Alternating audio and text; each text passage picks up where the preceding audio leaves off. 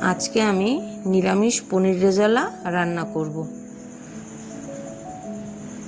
তার জন্য যে যে উপকরণ দরকার আমি সেগুলো প্রথমে গুছিয়ে নেব। পনির রেজালা খেতে খুব ভালো লাগে, তাই সকলে বলেছে বাড়ির, তাই করছি আজকে।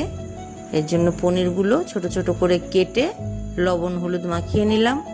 মশলা বেটে নিয়েছি সব একসাথে। মশলার ভেতরে আছে সাদা তিল, পোস্ত, সর্ষে, কাজু, অল্প করে কিশমিশ, টমেটো আর লঙ্কা।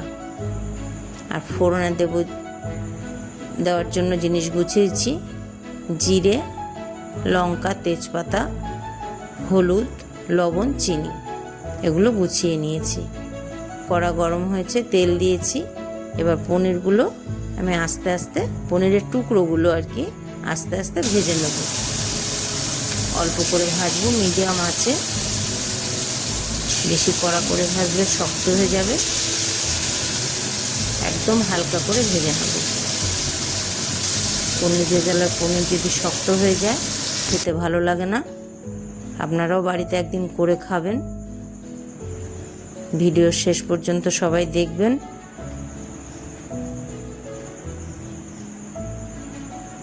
ভাজা হয়ে গেছে, এখন তুলে নেব।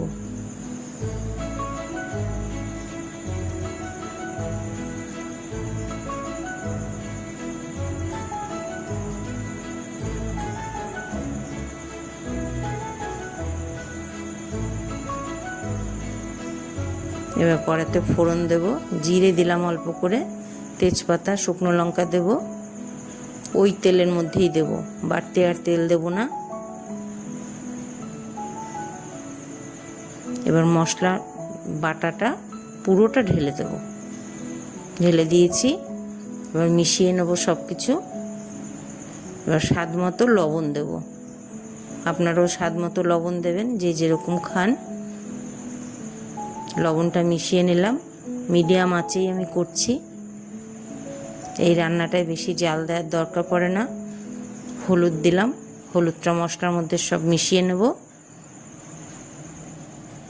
এবার বাটিতে একটু মশলা লেগেছিল, সেটা ধুয়ে অল্প করে জল দিলাম। এবার সব মশলাটা আস্তে করে কষিয়ে নিয়েছি। এবার জল দিলাম, অল্প করে জল দিলাম, বেশি জল লাগে না এই রান্নায়। এবার জলটা ফুটে উঠবে, আঁচ বাড়িয়ে দিয়েছি একটু। এবার ভাজা পনিরগুলো দিয়ে দেবো।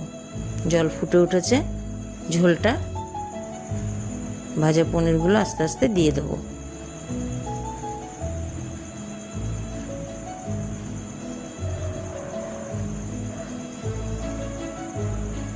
পনির দেওয়া হয়ে গেছে। আঁচ আবার আমি মিডিয়ামে দিয়েছি, মাঝখানে একটু বাড়িয়ে দিয়েছিলাম। প্রায় হয়ে এসেছে। একটু চিনি দিয়ে দিলাম। এবার ধনেপাতা দিয়ে ঢেকে দেবো চাপা দিয়ে।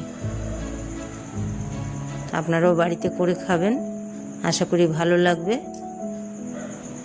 আমার ভিডিওটা ভালো লাগলে লাইক, শেয়ার আর সাবস্ক্রাইব করবেন। আপনাদের ভালোবাসা দেবেন।